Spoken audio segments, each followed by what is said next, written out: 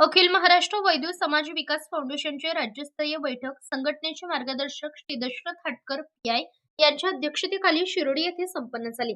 सदर बैठकीमध्ये नवनिर्वाचित महाराष्ट्र अध्यक्ष श्री स्वामी शिरकुल तसेच महाराष्ट्र उपाध्यक्ष श्री संतोष शिंदे, श्री रोहित शिंदे, श्री लक्ष्मण उर्फ लक्की दासरजोगे व श्री रामनाथ धनगर व आदी नवनिर्वाचित पदाधिकाऱ्यांना नियुक्तीपत्र वाटप करून प्रमुख पाहुण्यांच्या हस्ते सन्मानचिन्ह देऊन सत्कार करण्यात आला.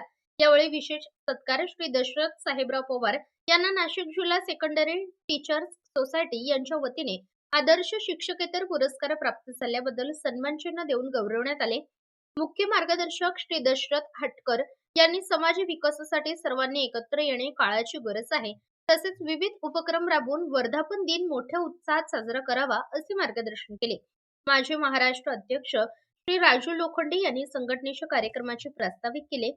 महाराष्ट्र राज्य कार्याध्यक्ष श्री नारायण शिंदे, माजी सरपंच व माननीय अध्यक्ष श्रीरामपूर नगरसेवक श्री श्यामलिक शिंदे, संघटनेचे मार्गदर्शक श्री राजू वैद्य तसेच संघटनेचे संघटक श्री ताया लोखंडे या सर्वांनी संघटनेचा कामकाजाचा आढावा मांडून त्यांनी आपले विचार व्यक्त केले. नवनिर्वाचित महाराष्ट्र अध्यक्ष श्री स्वामी शिरकुल यांनी सामाजिक बांधिलकीची जाणीव ठेवून समाज विकासासाठी सदैव कार्यरत राहीन अशी ग्वाही दिली.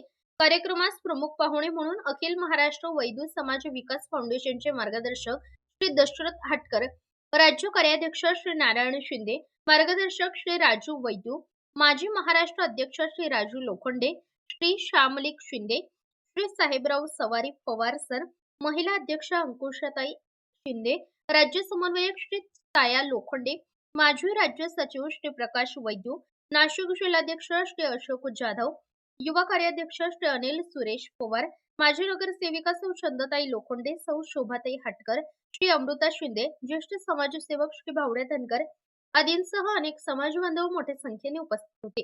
या संपूर्ण कार्यक्रमाचे सूत्रसंचालन माजी अध्यक्ष श्री साहेबराव पवार यांनी केले.